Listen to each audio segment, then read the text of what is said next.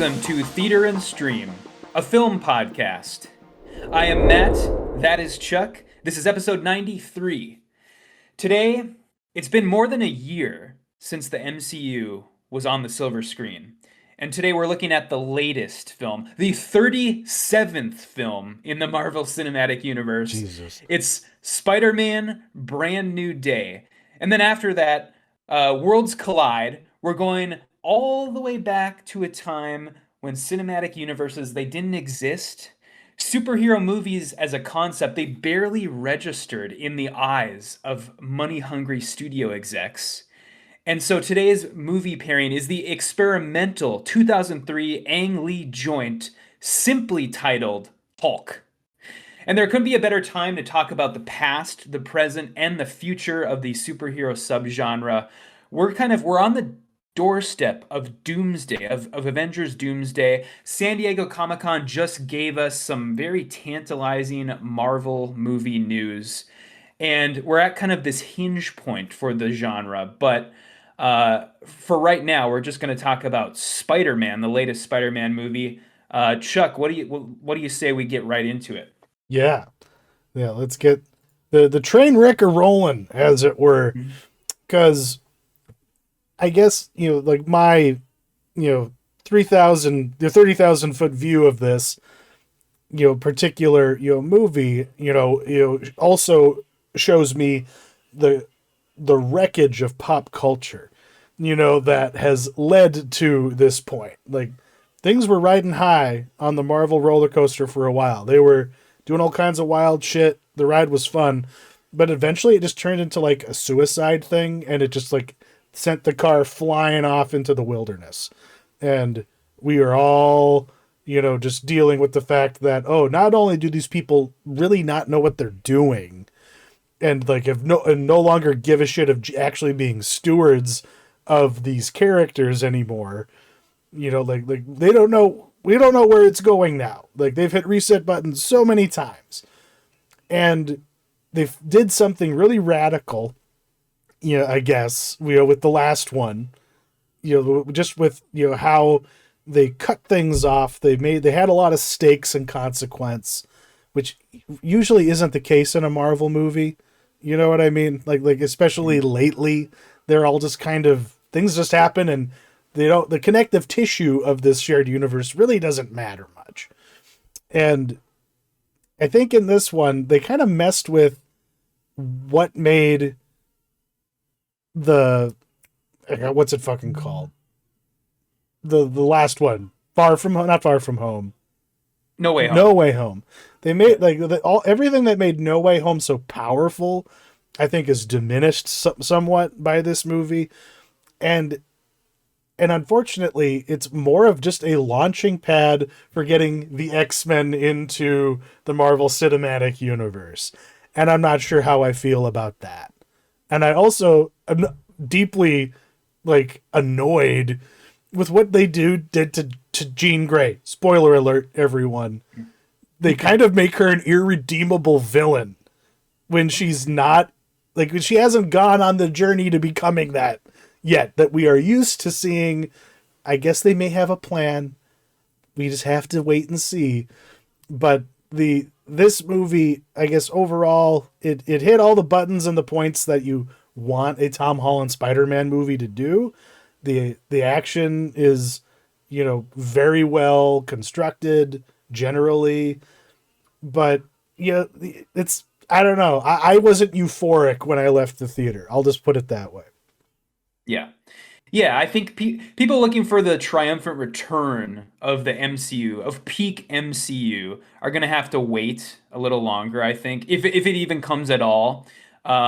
This is not the movie that is the launch pad for like the next 10 years or whatever. I mean, is it going to make a boatload of money? Sure, because people fucking love Spider-Man, and that's pretty much the reason why. But we're kind of, I mean, the movie is fine enough on its own. They're trying to put Spider-Man back on like the ground level, ground level crimes, dealing with smaller. The entire movie takes place in just New York, which is kind of Yeah, it's weird because it's a kind of a different thing for this series because the first movie takes place in New York and Washington D.C. And then the second movie in this Spider-Man series, he goes to Europe. And then the third movie is in all over the multiverse. And then at the end, they go back to New York, but it's kind of all over the multiverse. So this is the first movie where, it's just New York. He's back on sort of like the ground floor, taking care of armored bank cars, and he's taking care of, everyday street thugs like Boomerang and Scorpion and Hammerhead, I think, shows up. And but yeah, it's weird because to me, you can't put the genie back in the bottle. This is like at this point in this series, we've gotten, this is a world in which Greek gods exist and interstellar travel is possible, and we have alien worlds, he's and fought in outer space. You know yeah, what I he's literally mean? been in outer space, and the multiverse exists, and you just can't put the genie back in the bottle, I don't think. I mean, my suspension of disbelief has been stretched too thin, and I'm starting to ask these questions that I used to get annoyed by people asking, back even far back as the first Avengers movie, when, back in 2012 or whenever that was, when people always used to say like, why don't the Avengers just show up in this person's solo movie and just kick everyone's ass? Where's Captain America at during this movie, or where's Doctor Strange at? Why doesn't he just show up and just snap his fingers and make everything fine? And those I used to get annoyed by those questions, but now that we're this far in, I am kind of like, okay, where is this person? Where is this person? Why don't they use this MacGuffin that they had, 3 movies ago to make everything good again? And it's starting, yeah, I don't know. It's starting to, these movies are asking you to pay attention to certain continuity, but then everything else gets thrown out on like a movie per movie basis, where it's like, Yeah. okay, don't pay attention to that stuff, just pay attention to this stuff. And like, I don't know, that's kind of my problem as we get to this point. And it's like, and as these individual movies progress, and develop, there is I guess a raising of the bar that they just implicitly have to do from movie to movie, where Mhm. the stakes, the capabilities of the villain all need to like exceed what came before it. It has like everything's got to be bigger and more. And eventually it reaches a point where it's like, isn't this a Thanos level threat in this Ant-Man movie? Why the fuck is he the only one, here to deal with it? Where Yeah. how couldn't Sentry just swoop in and solve this problem like that? Like should like isn't that what was set up in that Thunderbolts movie that was actually just a new Avengers movie? Like, because with Yeah. the asterisk and everything. Yep, Yeah, exactly. Yeah, yeah, yeah. It was, yeah, I mean, they're basically the new Avengers, and yes, Sentry is, yeah, where the hell is Sentry? Because that guy in that movie, that guy is set up as like the unbeatable, like he's basically like the Marvel Superman, essentially. That's what he's set up as in that movie. And yeah, what is Sentry doing right now? Because by the end of that movie, of course he turns, good. He's with the good guys now. And so yeah, no idea where that guy's at. But yeah, I guess before we get too deep into sort of the 20,000 or 30,000 foot view, yeah. let's hone in on the quality of this movie itself, kind of taken as its own thing. Um, yeah, like I said, I thought it was fine. I thought it was I do like the return to kind of the street level stuff, as a concept sort of in and of itself, or just kind of taken on its own. I loved seeing the montage of him taking out all the street level guys, who I had mentioned earlier.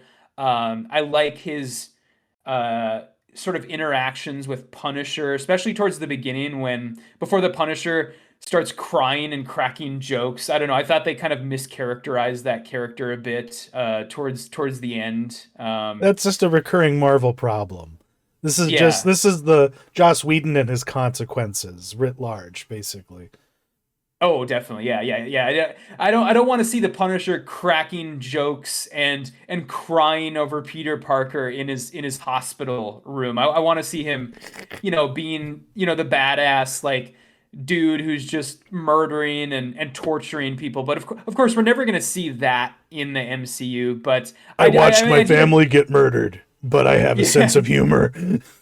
Yeah, exactly. And I mean, I did appreciate that they let him at least have guns. For some reason, I would have thought that like the MCU version of the Punisher, they would maybe take his guns away, take away his assault rifles and his handguns and stuff. So I'm glad that they let him at least keep the guns and stuff. And I think their sort of solution to making him seem badass still was have him say shit every like 2 or 3 words, which kind of came off as like edgelord I nonsense. like. But yeah, I mean, it was.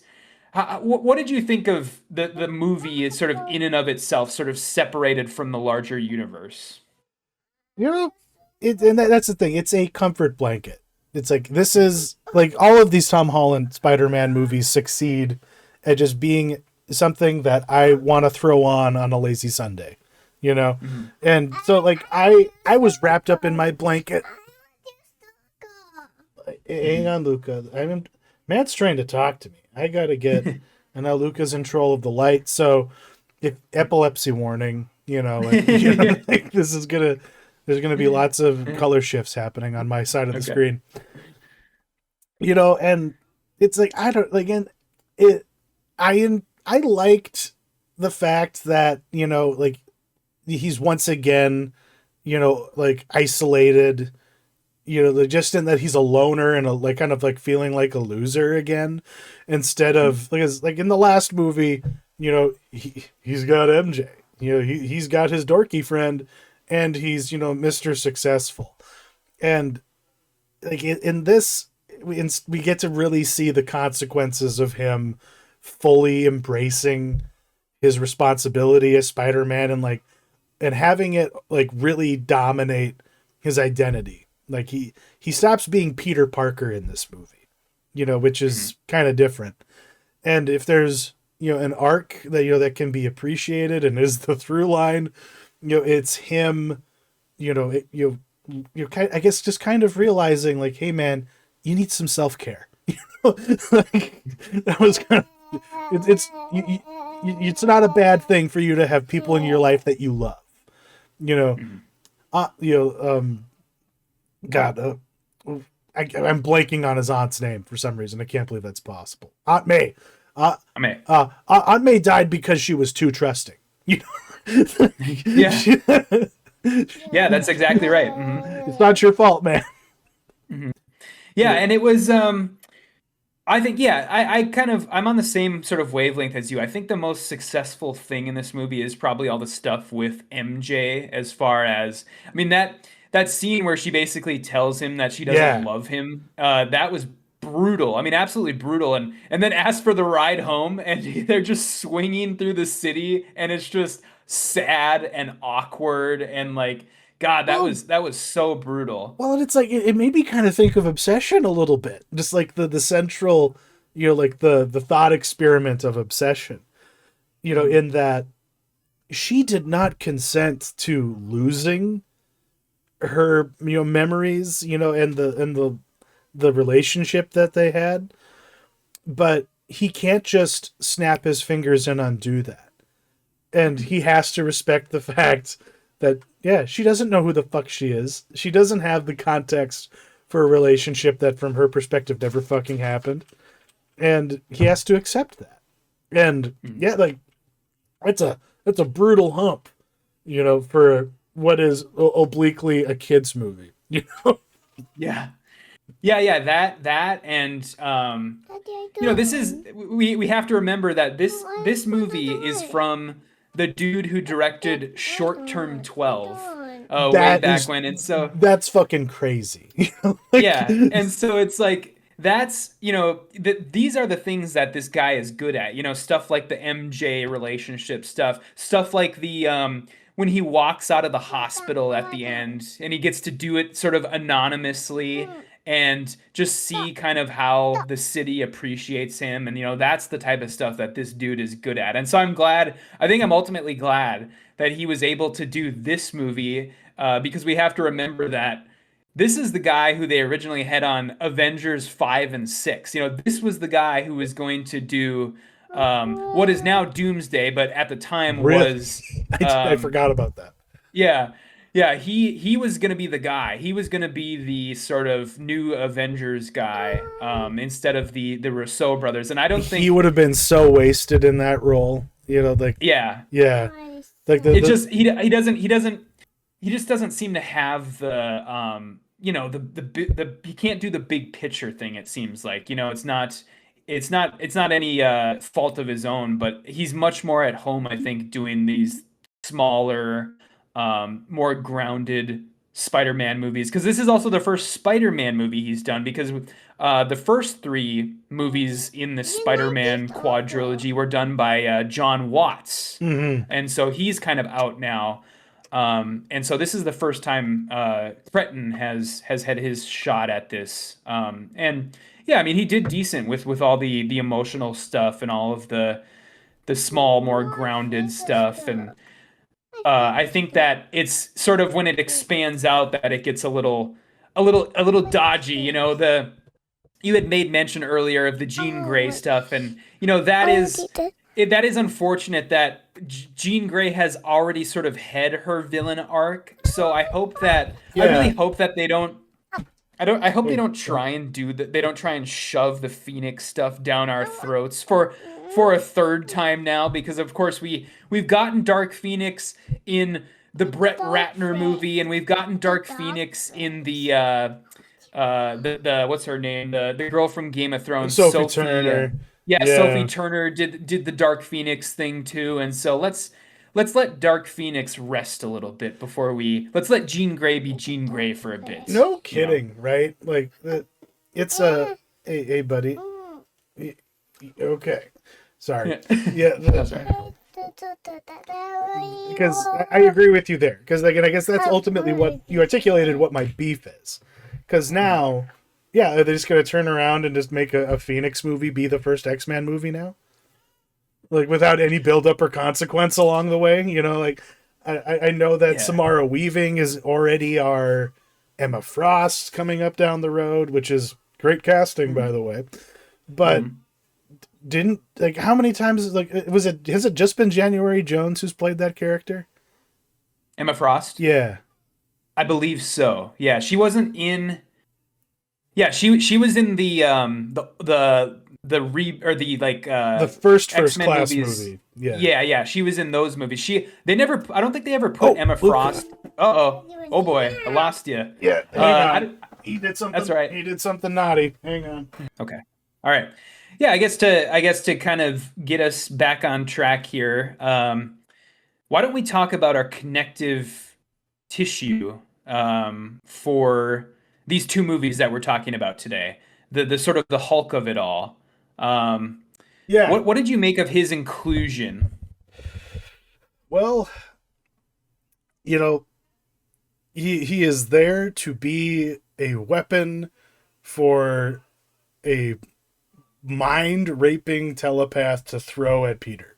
Like they needed a physical foe for Spider-Man, and he fit the bill. They still got Mark Ruffalo on contract. They can't give him his own fucking movie, so this is the deal that they have.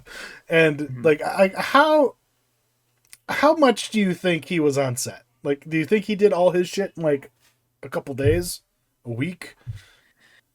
I would say so. I mean, because we basically get him for the two scenes. We get him, that scene at like the university, and then we get him for the big action scene. And from what I understand, when Mark Ruffalo plays the actual Hulk, he is the one doing all like the performance capture and stuff. And so Yeah, I'd say. I mean, yeah, he probably had maybe a week or two on set, and then like another week in the in like the motion capture booth would is probably what I'd say. But it's interesting his appearance in this because the the way that they've treated Hulk in this series is that he's always like a fluctuating character where it's like he's constantly in flux between like savage Hulk and like smart Hulk, Hulk that can literally talk and have a conversation in Mark Ruffalo's voice. And this movie we kind of get a little bit of both where he has the Hulk under control and he can have a conversation as well he is in Hulk form.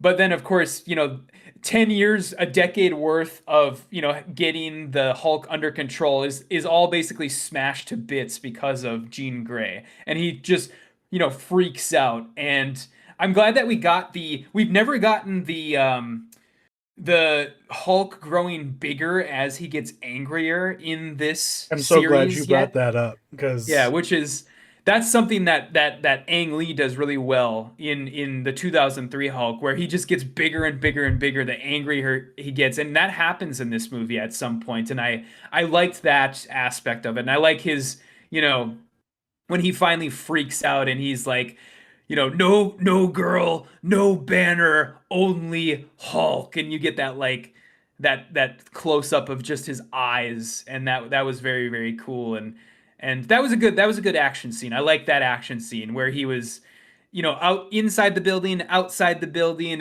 and all that concrete was hanging from the webs from him, and he was just trying to hold on to the building. That was good. I liked all that stuff. anytime Hulk grabs someone and just like drags their face along the side of a brick building, I'm a happy boy. So like Yeah. I got what I wanted out of this, as far as that's concerned. And Yeah, that was good.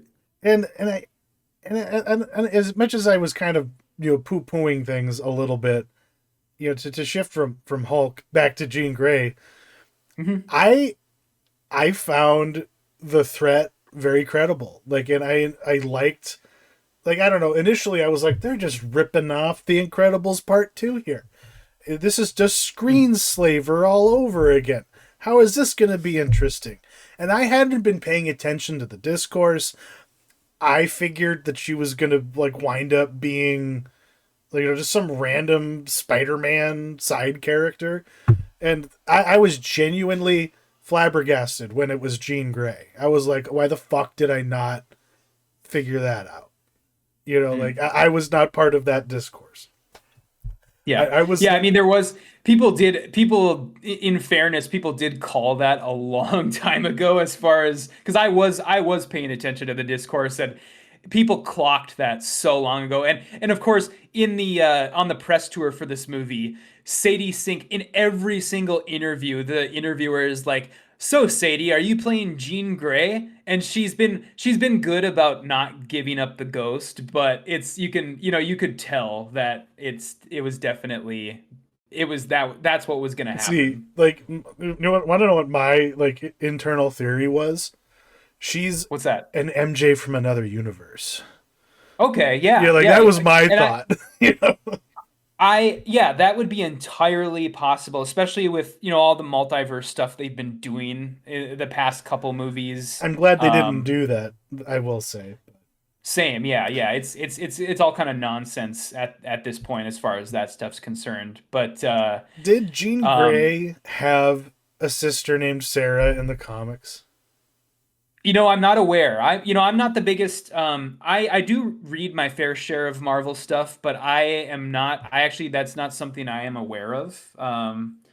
I I don't think so. I think that's like a thing invented for this movie. The But I motivation. mean, Yeah. at this point, yeah, I mean, at this point, I'm sure it's never going to be mentioned ever again. Like they needed that for this movie, and then that's something that I'm sure will never be brought up ever again in her And subsequent movies. I didn't really like that. I thought the whole like I think probably my least favorite thing in this entire movie is the whole VMAX thing yeah. where I thought that was a stupid like reveal, and anybody, I'm just gonna say this right now, for any all the Marvel fanboys out there who thought that the Batman versus Superman Martha twist was stupid, this is just as bad. So you can you can shut up about that at this point, because this the whole VMAX thing being like the label on like the AC unit or whatever, the AC panel, in my opinion, that's just as stupid as like the Martha It's thing. like with the Martha thing, it makes sense. It's an obvious thing that every fanboy pointed out for generations before they made it the plot point that it was. In this one, it's just like, oh, we're doing one of those things now. Like Novak is the name of a town because the letters fell off of a sign that said no vacancy. Like in Yeah. Fallout New Vegas, and they could have come up with something far better. And Yeah, I mean it's a red at the end of the day it's a red herring. I mean and you it's they know want what they should have fucking done, Matt? Because like this is the maxilist in me thinking here. yeah. She should have been breaking out the X-Men from like if not some government agency, then just like some like villain, group, like Mhm. the religious zealots that want to wipe them out, or like the people, the humans that are like transhumans with like like with tank legs and saws in their arms. I can't, like the Ravagers, is that what they're called? I can't remember. But like they just needed to be something bigger than just I'm just trying to get my sister. Like that is the most boring like motivation choice you could have. It would have been far cooler to be like, oh, that evil lady from the new Avengers movie from Thunderbolts? What if she's just been like keeping all the mutants in a lab concentration camp in the middle of Manhattan, and Jean Grey's the only one who could get them out? But no, they had to make her like this irredeemable villain who murders people and takes over their minds and who gets away scot free. The she succeeded at getting her revenge in a sense, and then Peter was able to melt her frozen heart, and she just fucks off like with no one Yeah. looking for her. Like there should have been an end credit sequence where some actor that we have had no idea was in any conversation to be Charles Xavier, just like wheels Yeah. up at her in a diner and is like, hello young lady, like talking to her in her mind or something. That's what they like. Such a missed opportunity. It's Mhm. almost it's almost pop culture malpractice to not have been that brave. But this is Marvel. Like they don't even know what they're doing with Doomsday. Like Mhm. at least we are lucky that we got the movie we got, with Brand New Day here. Mhm.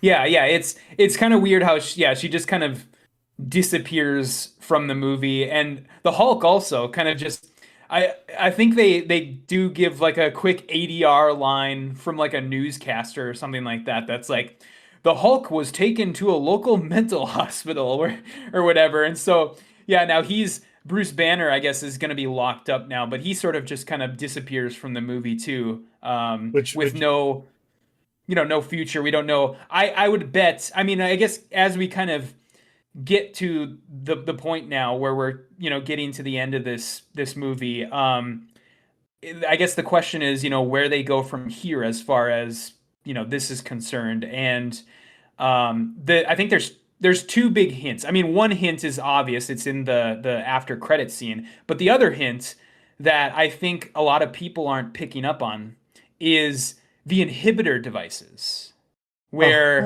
okay. um, you know, I think what I think is going to happen, and I hope this happens, because I mean, why would you introduce this and then just let it die on the vine? But the inhibitor devices that Peter Parker invents need to become the thing that basically are the tool of like the anti-mutant movement once we get to the X-Men movies, where they got to be slapping these inhibitor devices on mutants everywhere. And Peter Parker then is going to have to reckon with that. He's going to be Peter Parker is going to be the guy who invented the mutant inhibitors, and then he's going to have to deal with all that stuff, as far as he's concerned. Peter Parker's the guy that designed the Star of David patches.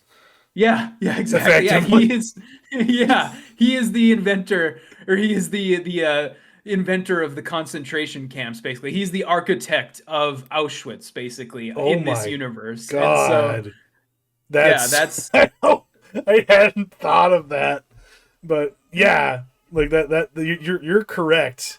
And if they don't factor that in their story, crafting Bible rooms that are in the Disney Marvel offices, then like they're doing it on purpose because they've figured out, oh, why did we do that? Oh no, what have we done? You know, but it sets yeah. it sets up. But then that's the thing, like we have Bruce Banner going into a mental hospital, which means that potentially we're going to be getting, punished Hulk sometime in the future here. Maybe we could get a World War Hulk movie out of this. Maybe that would be his first solo movie in a while. Like where he's fucking up everyone, but they're not going to be doing that.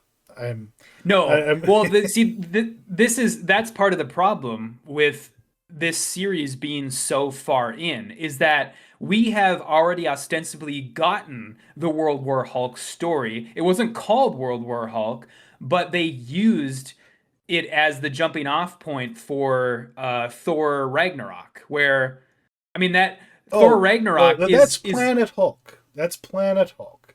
Point of oh yeah, order. yeah, true, true, true, true. Yeah, World that's War right. Hulk is the revenge tour. That's right. That's right. Yeah. Yeah. And everybody thought, once Thor Ragnarok came out, everybody thought that's what was going to happen, was that, oh, the next logical step would be World War Hulk, but it never came to Because they fruition. ran right into Thanos and Infinity War, and yeah, like Mhm, they do need to, like, they can't just follow the comics. I understand that they have to fit the grand plan that they have, because once again we're mapping things out for like another 15 years down the road, potentially. And mhm. yeah, like what the fuck do they do with Spider-Man now? Like Well, they kind did of you felt like they were stay? grasping at straws with this. I understand that he's going to Battle World or like the Secret Yeah. Wars. I appreciate that that's going to be, where he winds up.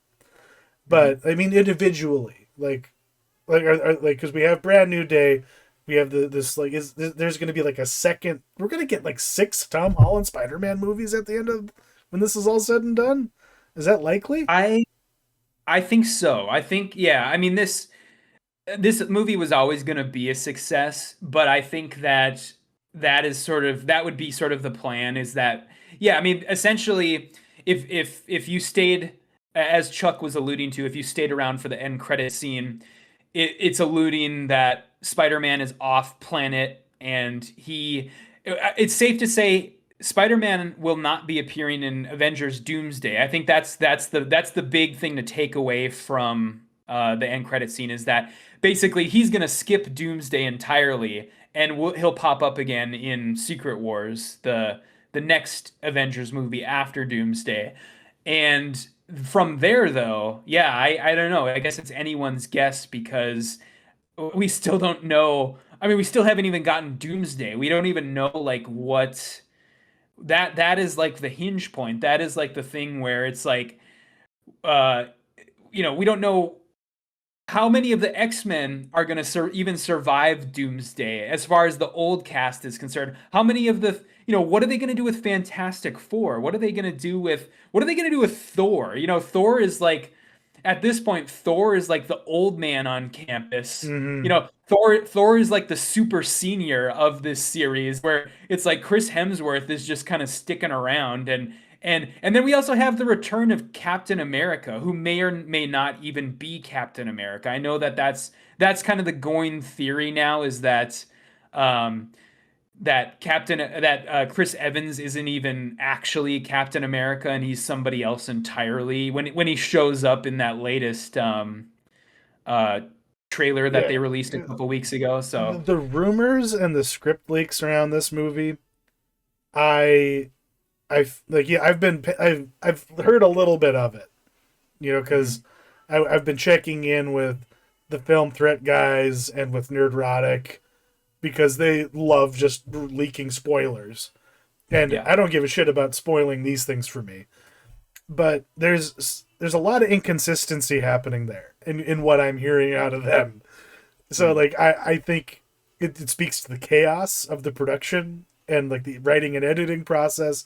There's probably, like, and even just hearing about the editing process on the Spider-Man movie apparently was kind of strenuous. They Mhm. apparently did a cut of the movie entirely just based on like like test screening feedback, and Holland said it was terrible. I Like, love that. yeah, like he hated it. Like he absolutely hated it. And from what he's telling us, they went in a different direction. Like there was even more permutations down the road. But Mm. as far as Doomsday goes, the only things that are locked in is what is in the trailer, and even that's not necessarily true, because Mm. things show up in trailers all the time that never actually wind up in a movie ever.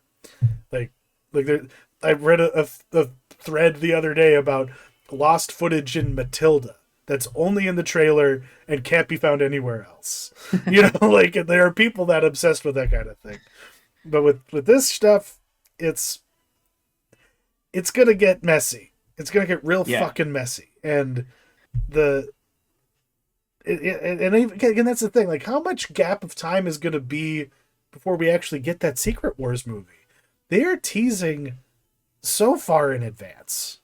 Mhm. Like with this, and I guess I they, think, yeah. I mean, I think that I thought I had heard that they're hoping to do like a Matrix Reloaded, Matrix Revolutions with Oh, it, good. where Okay. I think we're gonna get as of right now, anyways, this could change, but as of right now, we will get Avengers Secret Wars net like the Christmas after this Christmas. So like a year later, basically. So I Good don't for know. That's them. yeah, that's a big ask, but as far I mean, as far as this, I guess we'll just have to wait and see. But as far as this, podcast is concerned, we will be no doubt reviewing Dune Part 3 that day Yeah, instead of we Doomsday. we have That's obligations. Like, have yeah. you? And just to sidebar as we transition here, have you heard about what the prologue is? Oh, you mean like the thing that they're showing in front of the Odyssey? Is Yeah, that what you're the talking about? IMAX prologue. Yeah. No, I haven't. I haven't heard anything about it. Oh my god! Like the because I really appreciate what Villeneuve is doing here, because a lot of it, like, we didn't actually get to like be on the ground during the jihad in the books. You just hear people talk about it. But in this one, it's like he's going full, like, the Dune version of of Warhammer 40K's dropping in space marines on a planet to subjugate it. Like Sure. you have these drop ships filled with Fremen, and they're doing that like they're doing all that chanting stuff that's in the trailer. So it's just them Mhm. all working themselves up into a frenzy, and then it's like the Dune version of D-Day and Saving Private Ryan. Like that's the beginning of Dune 3. Not at all what I expected. And I'm so fucking down for it. I can't wait to see it for myself. I've been listening to people describing it, and it's like, oh my god, can't Yeah, wait for that. yeah, that's gonna be a good one, and that'll definitely be the one that we choose on the inevitable, Barbenheimer type day that day is for cinema when both that and Avengers come out. What do you call this? Like Doomsday? Like, is it Doomsday? Is Yeah, that what they're yeah, calling it? Doomsday. Yep. Doomsday. That's Mhm. clever. Yeah, It's kind of it's yeah, perfect. All yeah, right, now we're gonna transition now. We're going a flat blast to the past here. We are yeah. completely disconnected from the Marvel cinematic universe. It wasn't even a twinkle in Kevin Feige's eye at this point, I don't think. But like, and apologize for the quality of this footage that we're running. No, it actually doesn't look Look at half you. bad. Hey, this is Chuck in the editing room, just coming in here to apologize for the fact that you can't actually get to hear what we're talking about here, because I neglected to strip out the audio from this Hulk trailer, and I didn't catch it until it had cycled twice. So it covered up everything that we had to say in the early goings of this. Um, I'm not even really sure how long I have to vamp. I should really double check that. This is just added in here for the comedy. Okay, so yeah, because I was going on an anecdote about how I read it in Newsweek, and that, when I was a kid, that was my first introduction to it. As the idea that this art house Hong Kong director was going to be, making a comic book movie. But when you get down to it here, there was a sense when I was a kid that this was just a weird and depressing movie, and it really kind of sucked. When you you got down to it, I did not have that good of a time. But in rewatching it as a grown up, I really still do think it's weird, but it's a hell of a lot more interesting and entertaining, because as Matt would go on to say, it's like this is an audacious movie, and we both kind of had the same perceptions of it when we were younger, and we both kind of arrived at a different place of appreciation. Not that we think that this thing is some kind of masterpiece, but it's definitely worth revisiting in the time we are in, the dark times of Marvel content where everything kind of sucks and is boring and slop. Here was someone doing something really weird. And I think now we're coming up on the place where I can turn the volume back on. So forgive me for having to do this, but it's the best that I could do. Thank you. Where a lot of people have been calling it misunderstood or ahead of its time, and I guess I don't jive with that idea. I think that I am one of those people who think it is kind of boring, and I still think that it's kind of boring. Um, Oh yeah, like it's sort of like the middle of this it's movie could just be gone. Everything yeah, involving exactly. those mutant dogs gone.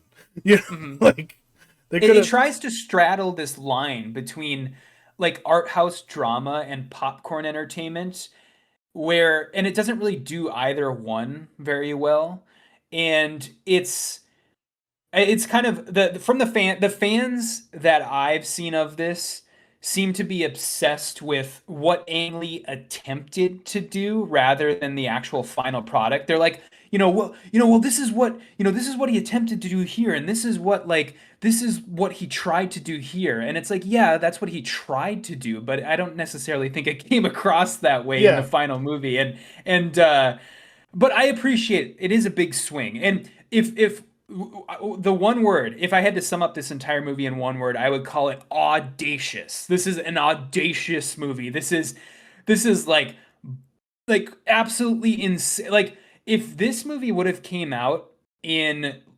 2020 or like 29 or 2019, we everybody would be like, this is insane that this movie, in the midst of like how formulaic the MCU has become, people would be like, this is an absolutely insane movie, not necessarily successful but just insane. And so that's kind of where I stand on it nowadays. yeah, because like the intro sequence, where like it's all about his like dad like going crazy in the lab and all that stuff.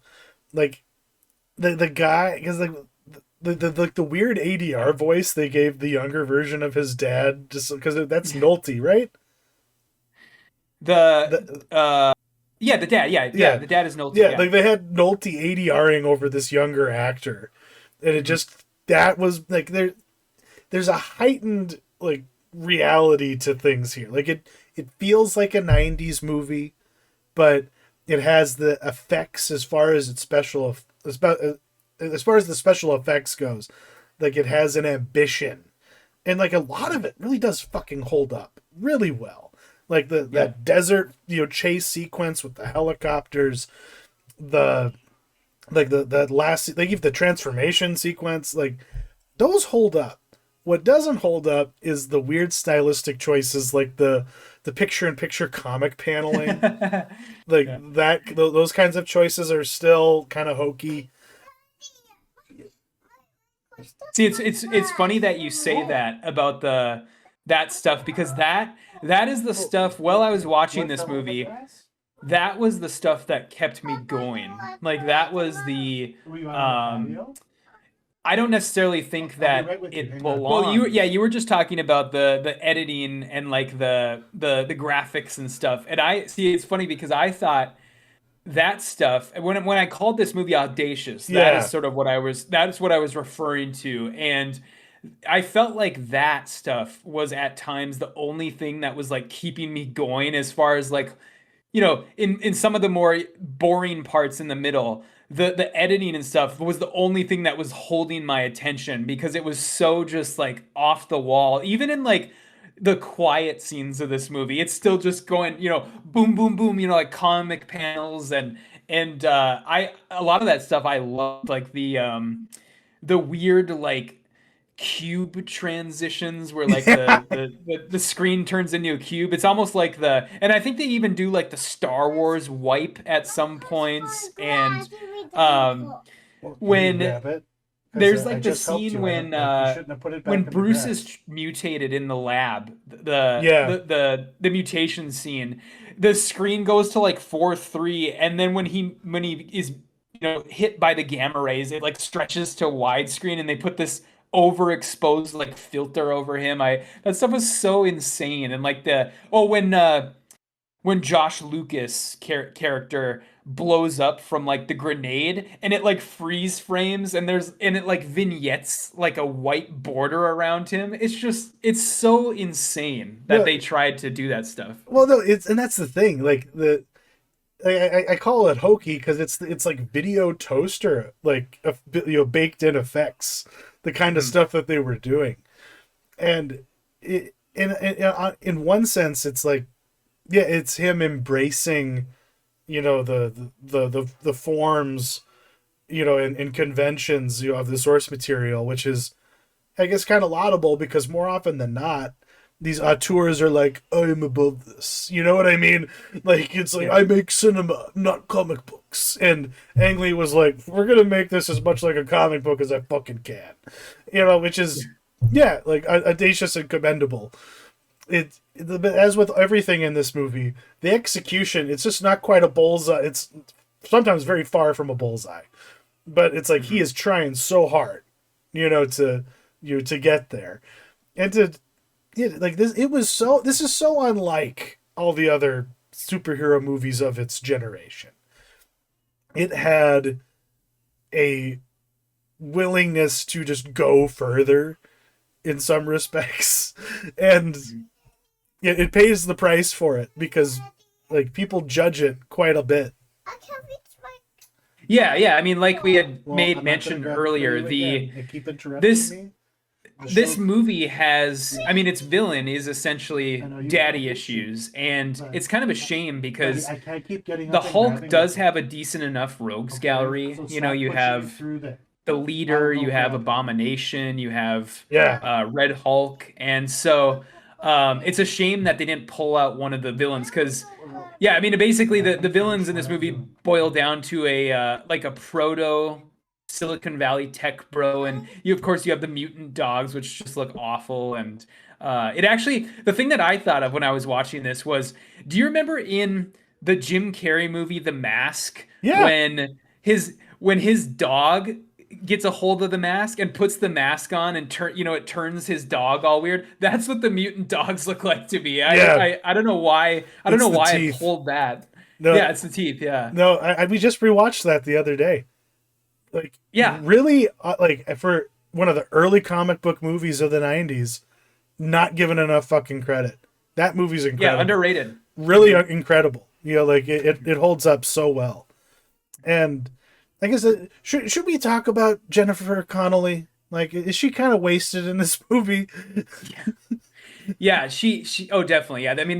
I mean Eric Bana is wasted in this movie. I would describe, yeah, he honestly, I would say miscast, probably Eric Bana and Jennifer Connelly, both miscast. I just think Eric Bana kind of sucks in this movie, just in Yeah. general. I mean, I can't point to a particular scene, but it's just kind of like I think in our doc I had described his acting as like constipated sleepwalking, where he's just kind of he spends a lot of the movie with just this like, you know, like just grimacing his way through the movie, and you know, not showing a lot of emotion. And I guess, you know, that can work. I mean, I guess if you want to contrast Bruce Banner's sort of stoicism, or Bruce Banner's sort of, you know, ability to not show his emotions, with the Hulk just freaking out and showing all the emotions, I guess that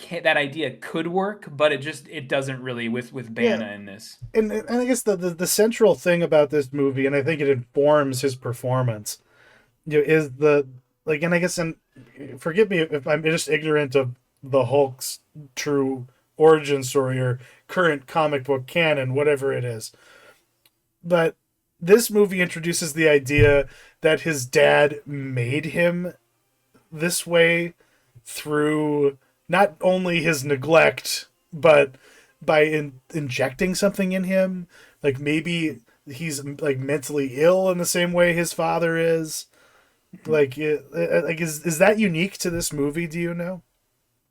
Yes, I believe Yeah, so. Yeah, it's basically, yeah, because what happens is, because his wife gets pregnant, because they have a kid, um, basically Bruce is born with the same affliction that his dad was, and he basically gets that way because he's essentially doing human experimentation on himself, basically. And he sort of blames his dad, blames, you know, himself, because he transfers all of his shit to Bruce when, you know, his wife gets pregnant. And so yeah. um a lot of the resulting, you know, powers stuff in this movie happens because his dad was doing experiments. On top of the gamma radiation chair, Yep. as is Yeah. tradition. It basically awakens, I guess, that within him, and so, yeah, it is a unique, it is a origin that is somewhat unique to this movie, and I think that they probably did that because Ang Lee wanted to tell that story. You know, he wanted to tell the, you know, the daddy issues story, the you know, reckoning with your father type story, which um towards the end, I guess it does work. I mean, Nolte, if there's anybody in this movie that is putting in the work, it's definitely Nolte, and I love how I love how crazy he gets at the end, that scene when him and Bruce are, you know, in those chairs in that warehouse. They're strapped to those chairs or whatever, and uh Nolte is just freaking the fuck out. You know, you can tell because this was Nolte was working on this movie when we got that very famous mugshot of him. Do you remember that? Yeah, The yeah. famous Nolte mugshot. So it's like you could tell, you know, Nolte was going through some shit when he was making this movie. Damn. And something just occurred to me. I guess, did the Edward Norton the Incredible Hulk movie, Yeah. is there actually some connective tissue there? There is. Yeah. Yeah, the I mean, it's pretty slight, but the Edward Norton movie picks up where this movie ends, With him in basically. the Where, Amazon looking yeah, for a yeah, cure. Yeah. yep, yep. It picks up in the same place, and so there that is, you know, if there is any connective tissue, I mean, I guess that is it, Oh my god, so because I was wrong at the Front Street. This is the MCU. This is the yeah. beginning of it. This is literally the beginning. Well, it's funny because it's like this, you know, this is of course early years for Marvel. The Up until this point, the only movies that we had gotten were the first Sam Raimi Spider-Man movie, and I think the first X-Men movie, maybe the first two X-Men movies. Yeah. And um it's interesting because there are these weird little like instances of connective tissue with those movies where I almost wonder, what were there conversations that were had where they were like, okay, we need to there are a couple things that we need to do if we want to eventually turn this into a shared universe, because there are the opening credits of Hulk and Spider-Man are like identical, where they're doing it even goes down to the font that they're using, and it goes down to they both use Danny Elfman. Danny Elfman was used for this movie, Danny Elfman was used for the Spider-Man movies, and um Hmm. I have to wonder if there were some attempts at homogenizing like the look and the feel of these movies, where they were like, okay, eventually we might want to turn this into a shared universe, so let's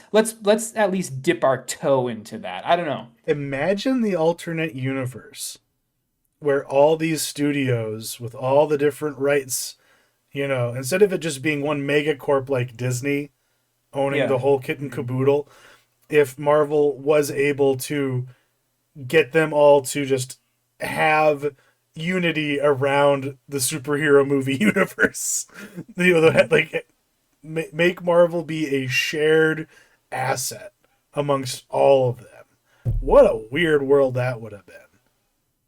Yeah, that it would have been crazy. I mean, we're like people have to remember that at this point in time, Marvel, they were the small guys in the room. They were Marvel, they were selling off the rights to these movies for peanuts. And Sony was making the Spider-Man movies. Universal was making, the Hulk movie. And so they would have had to come up with some sort of agreement.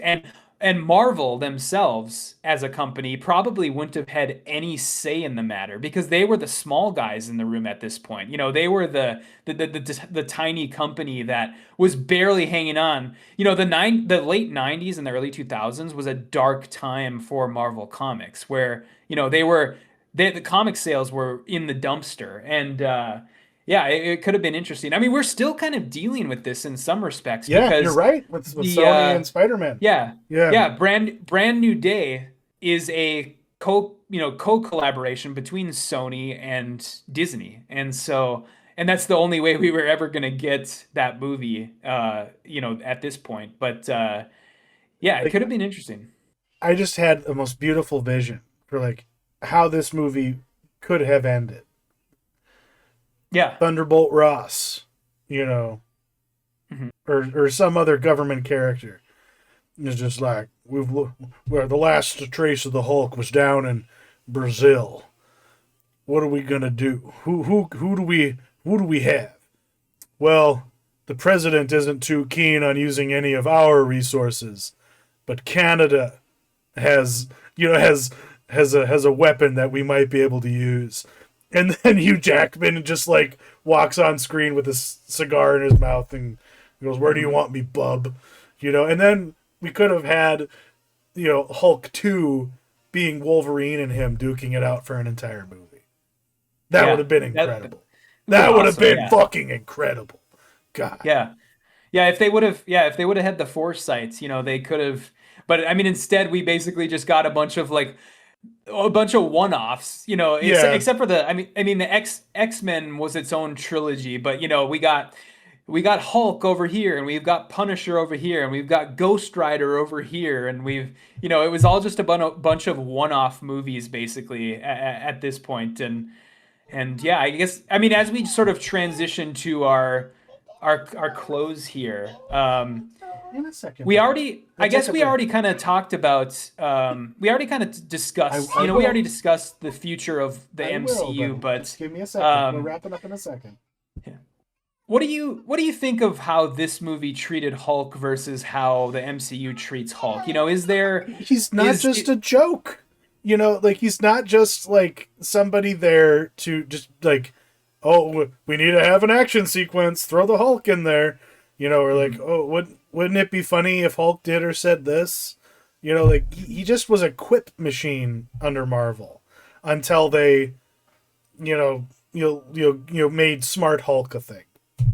So I guess at the front I kind of alluded to that. I appreciated it being this, kind of he's a tragic, like the TV show, like with its sad theme song, like the what I forget the name of Yeah. it. Like that's the vibe. Like Hmm. and that's missing from Marvel Hulk completely. Hmm.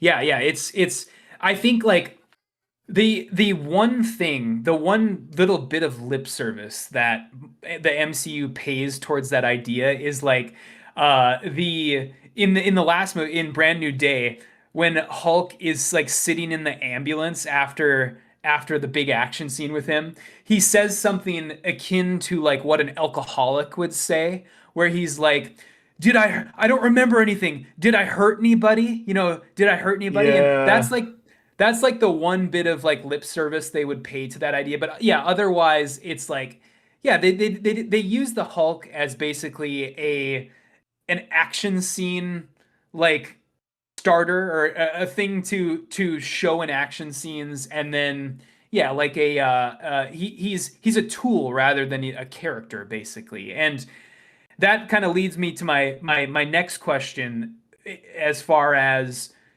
do you think that the Hulk deserves his own movies, or do you think that he's better as like a side character? Because we haven't gotten a Hulk movie since 2007, yeah. and he's basically like he is just the guy who pops up in other people's movies. And so yeah, what do you think of that idea? He's just the flavor to sprinkle on another movie to make it more spicy and interesting.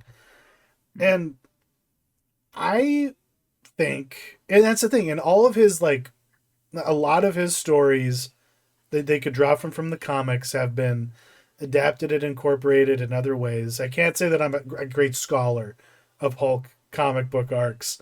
I'm probably wrong. I'm definitely wrong. I'm sure that there's a lot of like good stuff to still draw from and be inspired by, and he deserves to have his day where he's not just, oh hey, I'm here too. He should fill up the screen just like Ang Lee had him do it in this movie. Like I want the and I think that's the struggle. I think the imagination in a writer's room around Hulk, like how many Hulk stories can you tell? Different types. If you're just gonna get very basic about it, is it, oh, Hulk is a danger to everyone around him, and they're trying to, mitigate him, or is he taking on some kind of credible big bad threat that only he can handle? Like it's like I think there's maybe some limitations there where the best course of option genuinely is to just use him as they've been using him, as much as we don't like it. I just don't actually trust Marvel to know what to do with him beyond how they know how to do with him. Yeah, yeah, I'm inclined to agree. It's definitely like there are basically two Hulk stories out there, two Hulk like story arcs. There's yeah, the Hulk is a danger to everybody else, and so he's fighting like other superheroes, or he's sort of like a he's not the antagonist, but he's sort of the morally gray character. And then the other story arc is there is a villain out there that is so powerful that only the Hulk can take him on. Like Red Hulk, like Abomination. It's those are those types of stories. Otherwise, yeah, there's not. They haven't really done a good job of coming up with other things that he could be doing, and maybe that is just a side effect of that character. Yeah, But yeah, it's kind of, I think that that's kind of the only way that they can use him at this point in the MCU. and so But be it. The time has come. Like I'm watching Ang Lee. Ang Lee's Hulk makes me want him to be in the spotlight again, mhm, and hopefully we can get there. yeah, Okay. I gotta get some food in this boy, so we yeah, should wrap this one up. yep, Um, we're gonna be coming back at you next time with the the end of Oak Street. and Yep. that should be a good time. Thank you for watching. Thank you, Matt. Have a good one, everybody. See ya.